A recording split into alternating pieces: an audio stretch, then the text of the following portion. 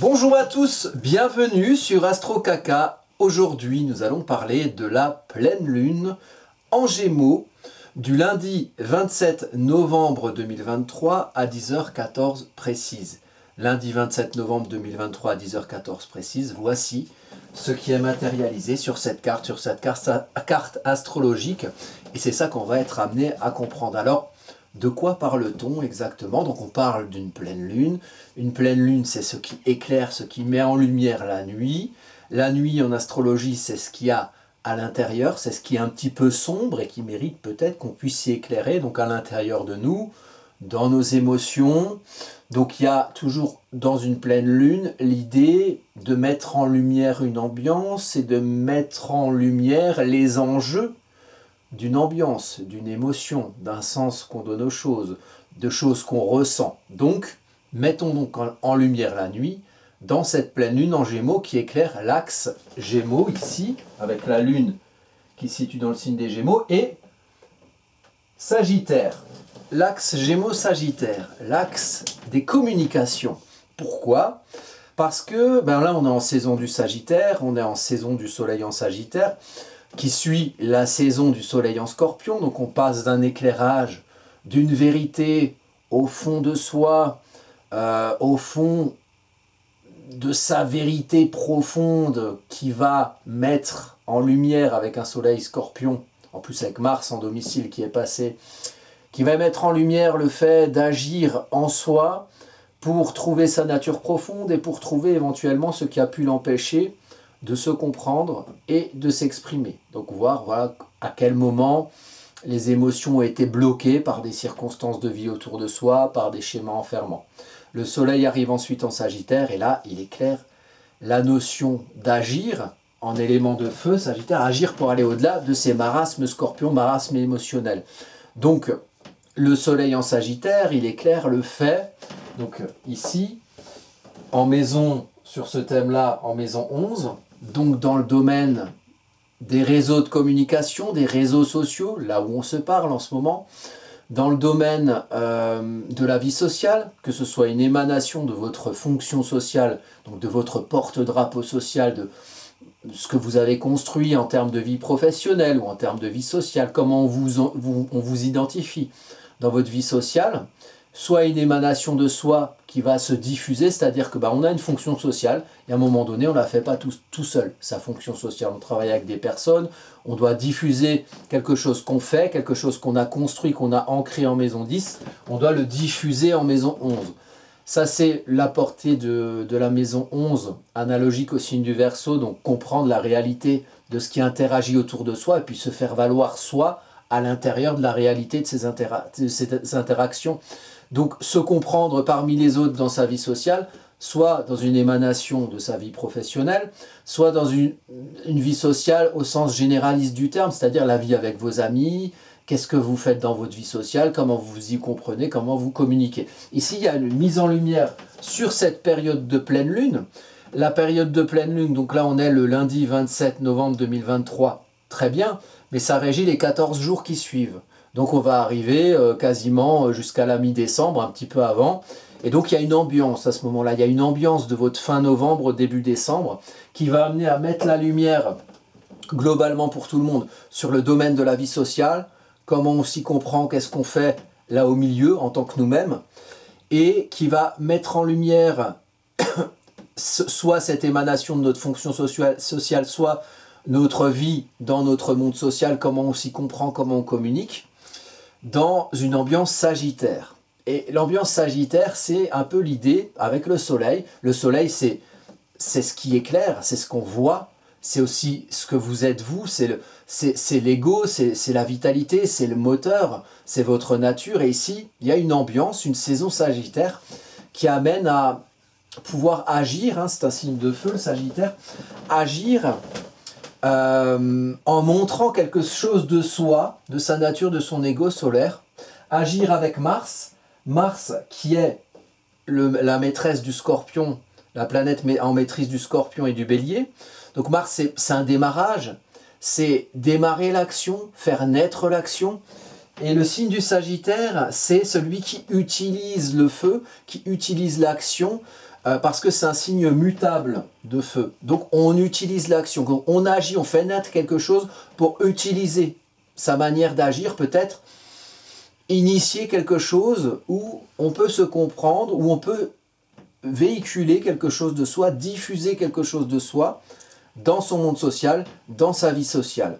Donc il y a se comprendre, il y a se faire comprendre en agissant, et en agissant Sagittaire pour faire valoir son Église, l'Église qui agit au nom de la foi, donc agir au nom de ce en quoi on croit quelque part. Le Sagittaire fonctionne aussi avec les poissons qui sont l'origine de la croyance quelque part, l'expression des émotions, des espoirs, des idéaux, des croyances, des aspirations, de ce qui nous inspire. On a envie d'eux en poisson et on agit au nom de cette envie en Sagittaire. Et les deux sont carrés l'un de l'autre en éléments, le feu et l'eau. Donc c'est pas facile finalement d'avoir envie de faire quelque chose et finalement de le faire au nom de cette envie.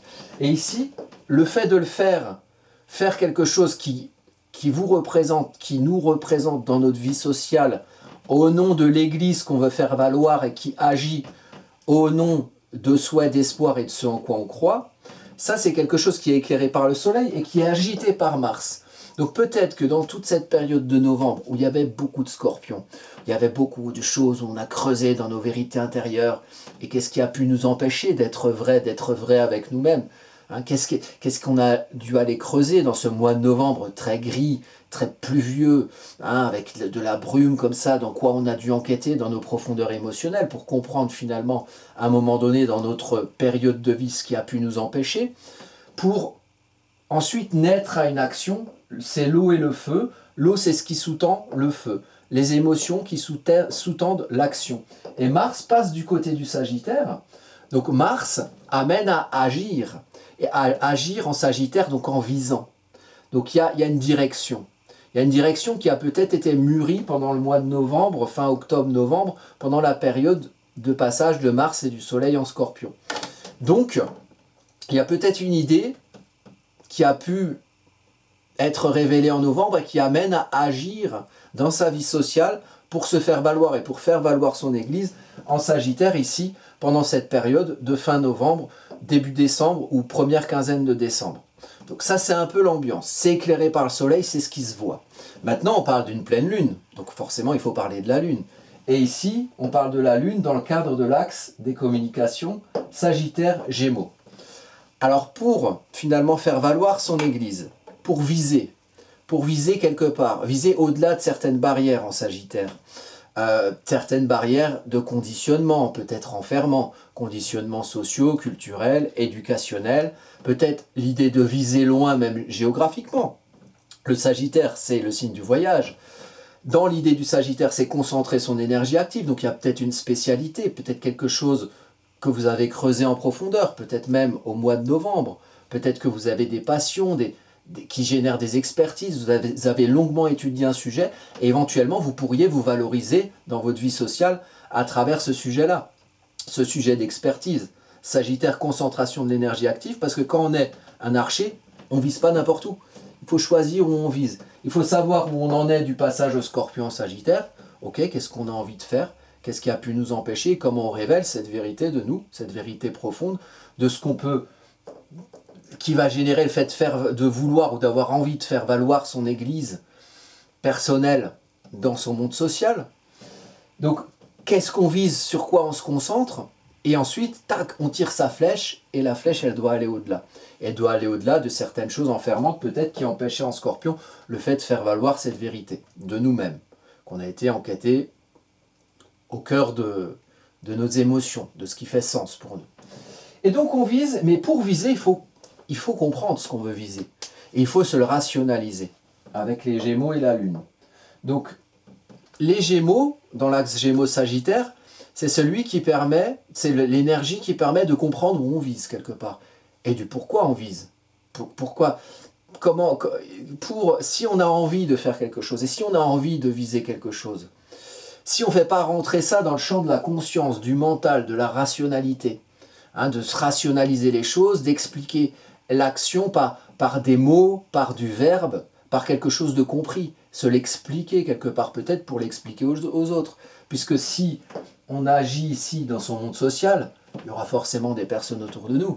Et il y aura peut-être des personnes à qui on veut faire valoir son Église et donc qui vont être, concernés par l'Église qu'on veut faire valoir parce qu'ils sont autour de nous dans notre monde social. Peut-être que il y a une question avec le Gémeaux d'émetteur et de récepteur.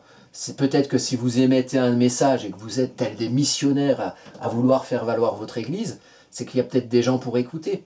Donc c'est peut-être qu'il y a des gens à qui l'expliquer. Si vous ne vous l'expliquez pas à vous-même, ce que vous avez envie de faire, ce que vous avez envie d'agir, d'activer, ça va être compliqué quand même pour que le message y passe quelque part et pour vous faire comprendre parmi tous ces gens qui sont autour de vous dans votre monde social. Donc, comprendre, expliquer, communiquer avec les Gémeaux. Et ici, la Lune en Gémeaux met la lumière sur l'enjeu émotionnel à pouvoir finalement se comprendre et se faire comprendre. Comment ? Ici, on est en maison 5. Voilà. Ici, on est en maison 5 et ici, on est en maison 11, là où il y a le Soleil. On constate que Mercure, qui maîtrise la Lune, se trouve dans le signe du Sagittaire, qui fait encore le lien entre comprendre ce qu'on vise et voilà, qui met le focus, si vous voulez, sur la nécessité de comprendre ce qu'on vise pour pouvoir le diffuser, se l'expliquer à soi, pour l'expliquer aux autres. Une action qui vous permette peut-être à partir de ce que vous avez pu révéler de vous-même au mois de novembre, à agir au mois de décembre, à être dans cette énergie d'action.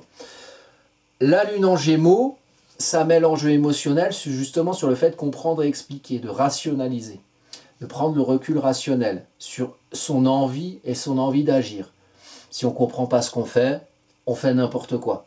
Et on va se montrer dans son monde social à faire n'importe quoi, à tirer des flèches partout avec son Sagittaire et les gens ils vont nous prendre pour des dégénérés quelque part, vous voyez. Donc ancrer dans le rationnel cette envie d'action.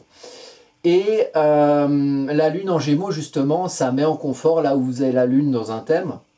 Donc ici on est sur un axe qui est à 4 degrés 51, Soleil et Lune.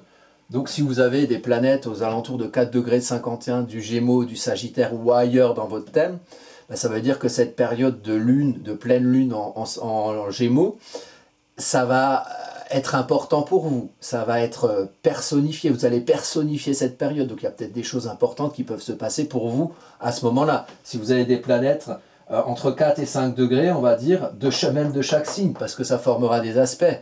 Je ne sais pas, moi, si vous avez par exemple une planète qui est en Lion entre 4 et 5 degrés, là, à ce moment-là, ça forme un sextile, c'est-à-dire que l'énergie que vous avez en Lion entre 4 et 5 degrés va être stimulée par cet éclairage de la pleine lune. Si c'est par exemple en signe d'air en Balance, entre 4 et 5 degrés, là, moi par exemple, c'est pas loin de mon ascendant, peut-être que, voilà, pour représenter cette énergie équilibrante que je dois apprendre, pour moi, pour m'identifier aussi dans mon rapport aux autres, peut-être que je vais avoir un éclairage encourageant qui va me permettre de mieux comprendre avec les Gémeaux comment faire. Et puis peut-être comment agir au nom de ce que j'ai compris en Sagittaire, en visant quelque chose de ciblé. En fait, le fait de comprendre, ça permet de comprendre où on vise et de ne pas viser n'importe où. La Lune est en confort en Gémeaux. Donc les Gémeaux c'est une énergie mercurienne. Mercure, c'est le messager des dieux. Pour que le message y passe, il faut que ce soit fluide. Si on pose du courrier et qu'on met des boulets de plomb sur chacune des lettres, elles vont être lourdes, elles vont être plus difficiles à transporter, et le message va se diffuser de manière beaucoup moins fluide. Et l'énergie Gémeaux, c'est une énergie de multiplicité, une énergie d'air qui utilise l'air, on est dans le signe mutable d'air, donc on a besoin d'une certaine légèreté aussi. On a besoin, le signe des Gémeaux, c'est un signe très adolescent, il y a besoin de légèreté pour être curieux des choses, avoir envie de les comprendre, avoir envie de les expliquer, il y a ce petit côté enthousiaste. Le signe des Gémeaux, c'est le signe de la multiplicité. Donc on est curieux un peu de tout, mais avec le Soleil en Sagittaire, on peut être curieux de tout, mais à un moment donné, il va falloir se focaliser sur un sujet précis et sur une église particulière, la sienne, qu'on veut faire valoir dans son monde social. Et quand je parle d'église, évidemment, il il y a aussi une question de morale, une question de dogme, puisque les lois de l'Église, quelque part, qui représentent la foi des poissons, les lois de l'Église Sagittaire, c'est, bah voilà, je sais pas, il y a les 10 commandements, il n'y en a pas 23 000, donc tu ne tueras point, tu convoiteras plus le chien des voisins, je sais plus quoi, enfin bref, vous les connaissez, hein, les 10 commandements, ou voilà, des règles fondamentales, les piliers de l'islam, ou voilà, je ne connais rien en religion, donc je ne peux pas vous éclairer, mais voilà, c'est le principe de la religion, pardon, du spirituel. Le spirituel, c'est pas forcément de la religion. Je sais pas, moi, y a plein de choses auxquelles on peut croire, plein de notions avec lesquelles on peut avoir de l'espoir, on peut avoir des souhaits, on peut être inspiré. Donc, du coup, l'idée, c'est de comprendre pour viser. Comprendre pour viser. Et la lune en Gémeaux, elle met le confort émotionnel sur le fait d'aller rationaliser, d'aller mettre dans le champ du mental, dans le champ du conscient, une envie d'agir au nom de sa foi. Donc ici, on peut presque faire un triangle entre les Gémeaux, le Sagittaire, ici avec tout ça, avec Mars et Mercure, il y a quand même 2 des 3 planètes personnelles, donc qui représentent le caractère visible, le plus évident de la personnalité, qui est mise en avant dans la maison 11 dans le domaine social. La 3e planète personnelle est une planète bien placée, Vénus dans le signe de la Balance, donc il y a un côté, on donne envie, on séduit avec Vénus en Balance. En tout cas, il y a une ambiance qui est valorisante, qui donne envie peut-être, voilà, justement d'exprimer, de s'exprimer dans un équilibre, dans un bien-être, en tout cas, une envie d'arriver vers ça dans son monde social. La maison 9, c'est l'expression sociale. Donc je m'exprime, j'exprime mes idéaux personnels qui me valorisent et qui m'équilibrent dans mon monde social. Et en Sagittaire, ici avec le Soleil, Mars et Mercure, je diffuse. En plus avec Mercure qui est là. Mercure qui va diffuser des émotions lunaires qui s'expliquent. Donc il faut se les expliquer pour l'expliquer. Et là, on est en maison 5, donc il y a une idée d'affirmer ce qu'on comprend de soi en soi avec la Lune, dans ses émotions. Un enjeu émotionnel. On est en confort avec le fait de s'affirmer. On a besoin, la Lune, besoin émotionnel de s'affirmer et d'expliquer ça, et d'exprimer ça, et de faire sortir des émotions à l'extérieur de soi par des paroles, par des écrits, pour les expliquer, afin de faire valoir son église dans son monde social. Donc ça, c'est très important sur ce thème. Et là où on peut faire un triangle, c'est aussi avec les poissons. Et en poisson, on a Neptune en domicile, hein, les espoirs, les rêves, l'imaginaire, les inspirations, tout ce qui est un peu éthéré, même artistique. Hein, il y a un besoin quelque part ici, sur cette carte. On va être à 24 degrés, donc on va être dans la maison 2. Et avec Saturne, on va être en toute fin de maison 1, maison 2. Donc on est sur quelque chose de concret. On est sur la vie matérielle, la manière de mener sa vie, de gagner sa vie.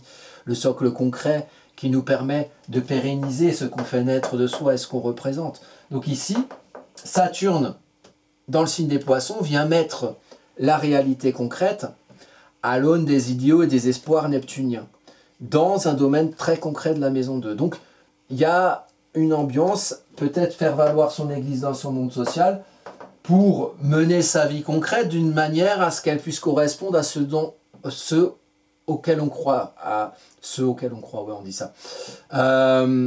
On a des inspirations, elles doivent correspondre à quelque chose de concret, à quelque chose de construit, ou à quelque chose ou alors on a envie de construire, on a des idées de construire quelque chose dans sa manière de mener sa vie et de gagner sa vie, et on a envie de rendre cet idéal réaliste, concret, construit. Et ça, c'est l'effet de Saturne. Alors Saturne, justement, il est en fin de maison 1, début de maison 2, ici. Il représente l'ascendant Verseau, tout comme Uranus est le second maître du Verseau, qui est en maison 4 en Taureau. L'ascendant Verseau, on est sur un apprentissage air, comme la Lune est dans un signe d'air. On est là, dans le début de la maison 1, hein, l'ascendant, c'est une manière d'orienter une carte. On a un ciel avec des planètes qui sont positionnées là où elles sont. Et quand on va prendre une photographie d'un thème, par exemple d'un thème natal ou d'un thème en transit, ici le thème natal de la pleine lune en Gémeaux, on oriente la carte, on met les points cardinaux, nord, sud, est, ouest. Donc, on a une autre perspective. Si la pleine lune avait eu lieu 2 heures plus tard, elle aurait eu un ascendant poisson. Il y aurait une autre perspective, parce que du coup, là, ce soleil, il n'aurait pas été en maison 11, il aurait été en maison 12. Donc on aurait compris les énergies complètement différemment. Et quand on est sur un autre endroit de la Terre, il y a aussi une autre manière de l'interpréter, puisque par exemple, pour nos amis canadiens, j'avais évoqué ça dans une vidéo précédente, pour nos amis canadiens ou nos amis japonais, eh ben, l'ascendant, il ne va pas être au même endroit. Mais parce que quand on est sur un endroit de la Terre, finalement, on a une autre perspective, on voit, on vit les énergies planétaires différemment, parce qu'on est très loin. Voilà. Mais pour là, ici, pour la question de l'Europe occidentale, ben, on va être sur cet ascendant à 1 degré du Verseau. Donc pareil pour les personnes qui sont dans le coin, vous regardez si vous avez des planètes aux alentours de 1 degré du Verseau, auquel cas il y a peut-être un apprentissage du Verseau qui peut vous concerner, vous particulièrement, dans les énergies de planètes que vous avez à cet endroit-là, ou dans les maisons, ou la maison dans laquelle habite le Verseau, chez vous, dans votre thème natal. Donc ici, l'ascendant, c'est un apprentissage. Apprendre le Verseau, c'est justement apprendre à se comprendre dans une réalité qu'on n'a pas inventée. Dans une réalité des gens autour de nous. En astrologie mondiale, le Verseau, c'est le peuple au sens comment les gens y communiquent entre eux. Voilà. Comment les gens se comprennent. Comment les gens fonctionnent entre eux quelque part au niveau interactionnel. Et donc apprendre le Verseau, c'est apprendre à voir le monde autour de soi comme une somme d'individualité, donc voir comment la réalité concrète des gens autour de nous fonctionne. C'est très bien et c'est très stimulant, ça stimule bien, ou c'est stimulé par le soleil justement qui est ici, objet de cette nouvelle lune qui est en Sagittaire. Donc finalement comprendre où on en est, comprendre comment le monde autour de nous il fonctionne, peut-être pour agir en tant que soi et faire valoir son église. Donc comprendre en Verseau ce qui nous distingue nous, en tant que dans la somme des individualités, il y a votre individualité à vous. Et il s'agit de la comprendre, et il s'agit de la comprendre pour la faire comprendre. Aidé par l'enjeu émotionnel Gémeaux qui est en confort justement dans le fait d'aller expliquer, dans le fait d'aller chercher, dans le fait d'aller diffuser. Donc l'ascendant Verseau, apprendre à quelque part faire valoir son individualité au sein d'un monde existant, en faisant valoir son église dans un monde social. L'ascendant à 2 mètres, la part de la réalité concrète, du passé vient le présent, Saturne. Ici, il s'agit peut-être, entre la maison 1 et la maison 2, entre ce qu'on représente, son identité, et ce qu'on construit, de faire le lien par l'idéal, par l'espoir, par ce qu'on a envie de faire. Parce qu'on a envie de représenter de soi dans son monde concret. Et ici, la réalité concrète, c'est que vous vivez dans un monde de croyances globales, des atmosphères émotionnelles que vous captez, que vous le vouliez ou non, et qui vous influencent. Et ici, il s'agit peut-être de comprendre qui vous êtes vous au milieu de tous les autres pour construire quelque chose qui vous représente vous, au milieu de ces influences. Et l'idée, c'est de choisir votre courant, de choisir votre vague, comme un surfeur. Si vous êtes dans l'océan des atmosphères émotionnelles autour de vous, et que vous ne comprenez pas bien, ou que vous ne cherchez pas à comprendre, ce qui se passe est que vous êtes dans un espèce de mimétisme social autour de vous et que vous menez votre vie parce que c'est comme ça autour de vous. Vous allez être comme le surfeur qui est brinque-ballé dans les vagues et il n'arrivera jamais à surfer de vagues parce qu'il est complètement boum boum, il va à gauche, il va à droite, il est dans le tourbillon du commun, du global. Donc il est un peu, voilà, il fait les choses, il se suradapte à commencer autour de lui. L'enjeu avec Saturne, ici en Poisson, c'est justement maître d'ascendant. Donc il s'agit de se comprendre soi, de comprendre ce qu'on est, de comprendre ce qu'on a d'original et de particulier pour choisir son courant et pour choisir sa vague. Et alors là, vous aurez plus d'allure. Tel le surfeur, là, Alerta Malibu, là, vous surferez votre vague et là, vous aurez peut-être une belle image de vous à travers la manière de mener votre vie, à travers ce que vous construisez. Donc ça peut aussi, c'est aussi la manière de gagner sa vie, donc ça peut aussi concerner le travail, le métier que vous faites, en tout cas la vie concrète. L'idée c'est de construire quelque chose où vous y croyez, voilà, qui fait sens pour vous. Ça c'est la part de la réalité concrète de l'apprentissage Verseau. La part de la valorisation individuelle, elle est à Uranus. Uranus en taureau en maison 4. Alors Uranus qui bouscule le taureau, puisque Uranus est en chute dans ce signe-là. Le taureau il aime bien quand c'est un peu pareil, hein, sécurisant, voilà. Bon, ben, je sais que dans mon champ, je trouverai toujours de l'herbe à brouter dans mon pré-carré, et je suis bien avec ça. Sauf qu'ici, le pré-carré, il se prend une putain de tempête. Alors il va falloir ou aménager des choses, ou alors aller voir dans un autre pré-carré si l'herbe est plus verte. Donc évolution. Donc libération individuelle, valorisation individuelle de soi dans son pré-carré de foyer, de cocon, maison 4. Donc l'apprentissage verso dans sa part de mise en valeur de son individualité, elle se fait dans des évolutions de son paradigme quotidien. Dans ce paradigme quotidien, plutôt paradigme de foyer, de cocon, là où vous êtes, dans votre chez vous. Il y a besoin de valoriser votre individualité. Votre individualité, c'est vous. C'est pas votre femme, c'est pas vos gosses, c'est pas le voisin d'à côté, c'est vous. Qu'est-ce que vous avez besoin de libérer de vous? Et pour agir afin de vous faire comprendre en tant que vous-même, en tant qu'individualité, au milieu de toutes les autres individualités qui peuvent concerner votre vie intime, votre foyer, votre chez vous, votre cocon. Et ici en taureau, le paradigme, hein, l'ancrage concret, eh ben ici il faut bouger des lignes, il faut évoluer, il faut aller vers une notion de progrès, de modernité, quelque chose qui est, c'est le futur espéré Uranus. Saturne c'est la réalité concrète, du passé vient le présent, Uranus c'est, on est ancré sur une terre taureau, et on a envie d'aller ailleurs. On a envie d'aller ailleurs, là où on sera valorisé en tant que nous, pour se construire une sécurité personnelle, un bien-être avec ce qu'on est, avec son environnement, en valorisant son individualité. Ça, c'est Uranus en taureau. Donc la solution ici pour apprendre le Verseau, ou le sens dans lequel ça doit aller, c'est peut-être construire des choses qui correspondent à vos croyances à vous, à vos espoirs à vous dans votre vie concrète, pour vous retrouver dans un chez vous où vous vous sentez valorisé en tant qu'individu.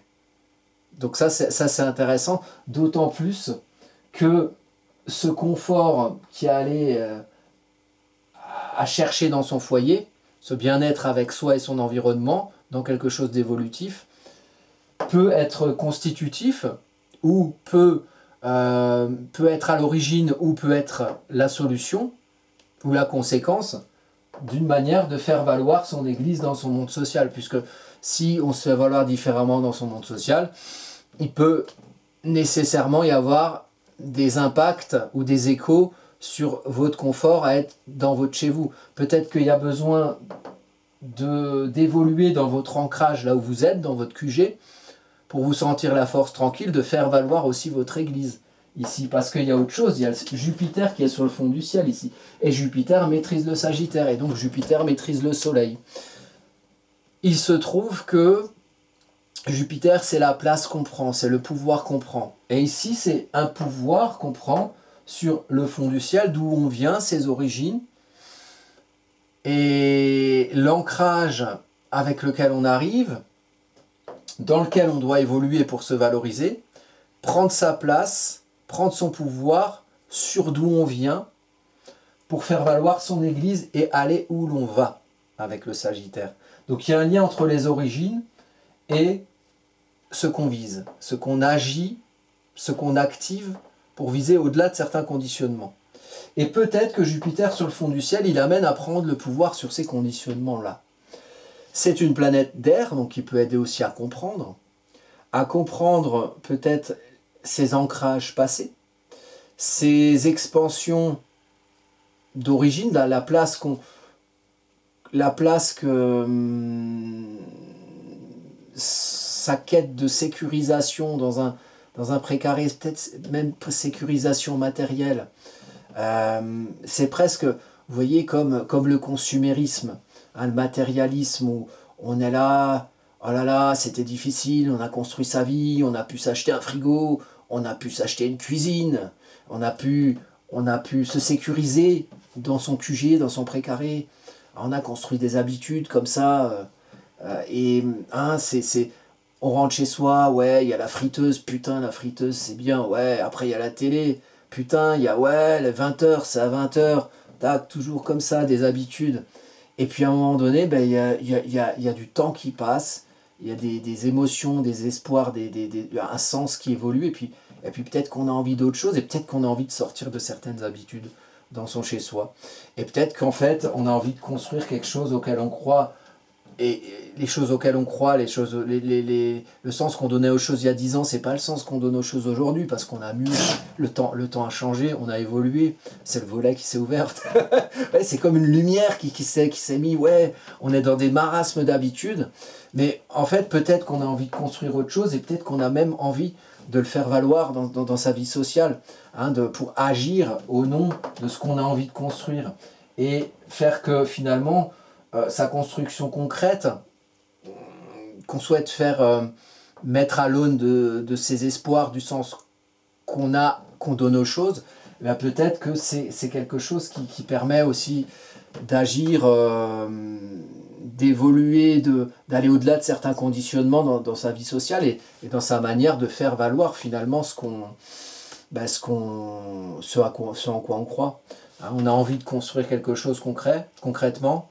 Peut-être qu'une des manières de pouvoir rendre actif cette envie, c'est de faire valoir son idée, son église dans son monde social, hein, au nom d'un enjeu lunaire en maison 5, donc qui met la lumière émotionnelle sur le fait de s'affirmer, de montrer qui on est, et surtout de montrer qui on a envie d'être, en le comprenant nous-mêmes et en le faisant comprendre aux autres et peut-être dans sa vie sociale, pour prendre le pouvoir sur soi, sur d'où on vient, sur son ancrage qui doit aller vers une évolution et une mise en valeur personnelle. Donc voilà, il y a beaucoup de choses. Alors il y en a un dont je n'ai pas parlé, c'est Pluton qui est juste là.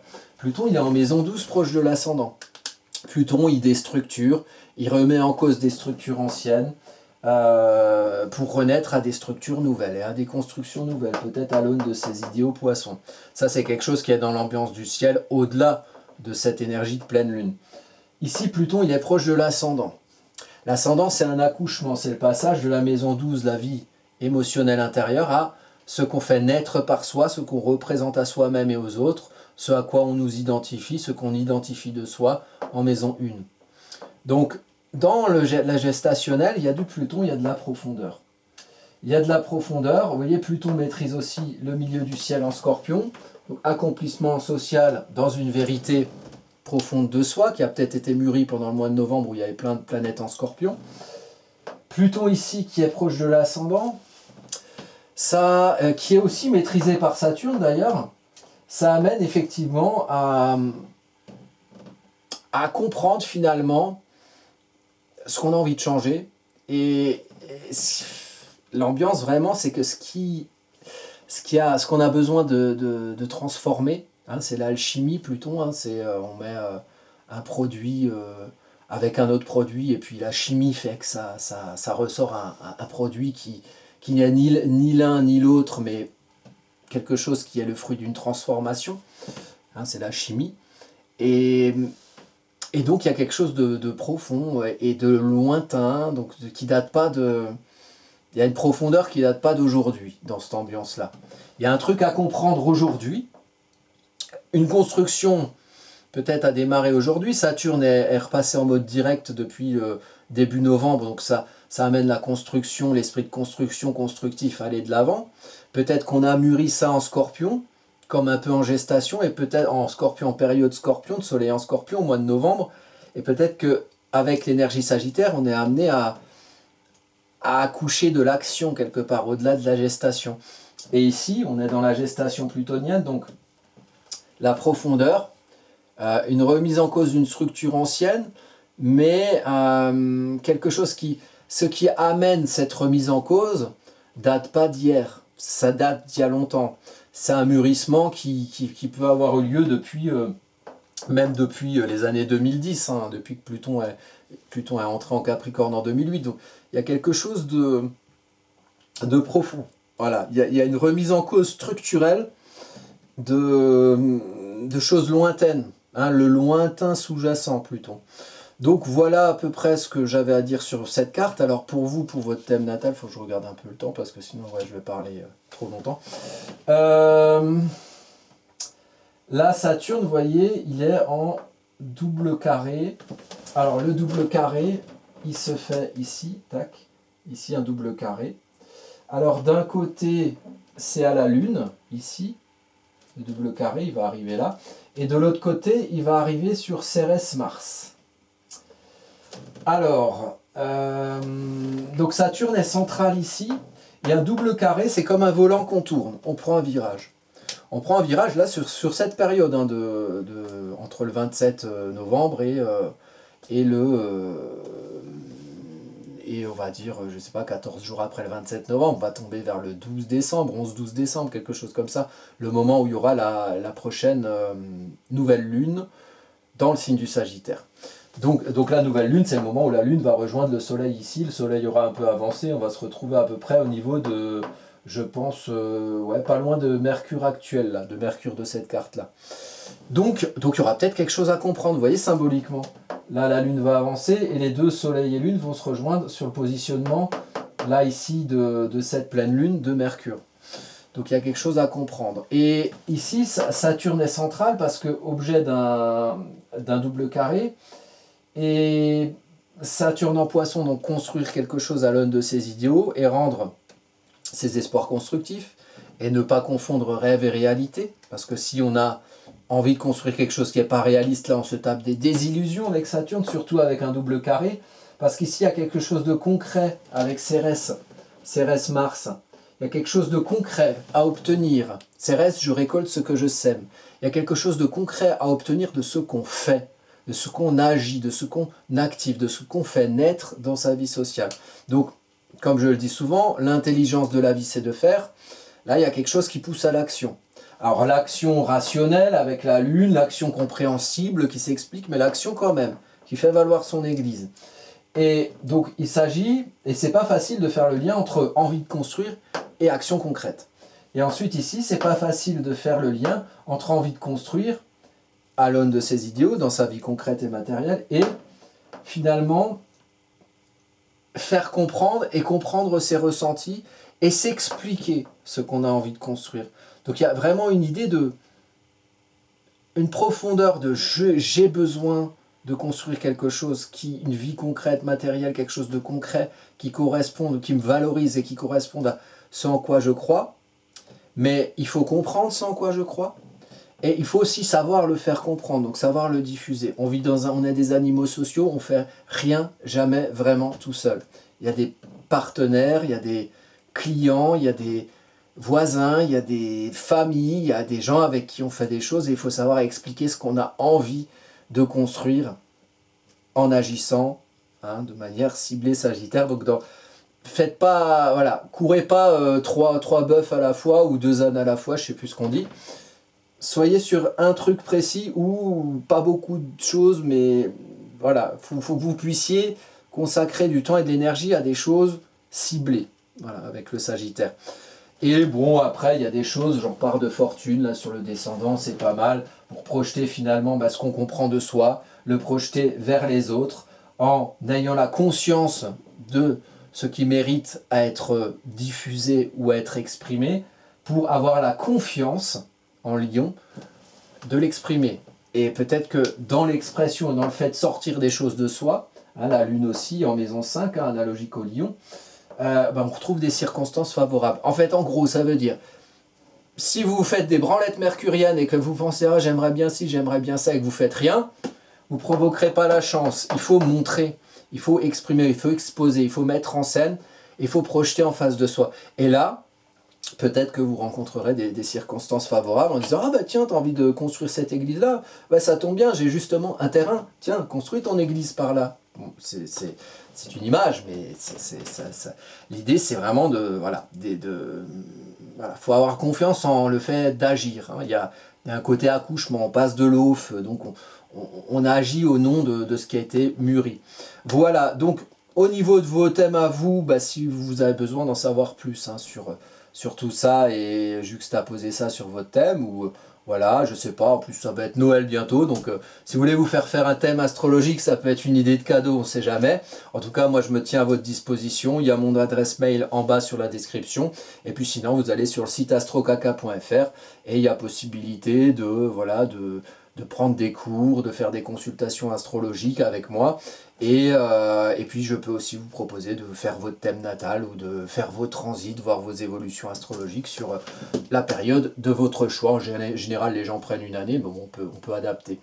Voilà, ben, je vous souhaite une très belle pleine lune en Gémeaux, l'occasion de comprendre ce qu'on vise, et l'occasion ben, de faire valoir par l'action ce que vous avez envie de construire concrètement, hein, dans votre vie concrète, hein, dans l'ancrage du taureau.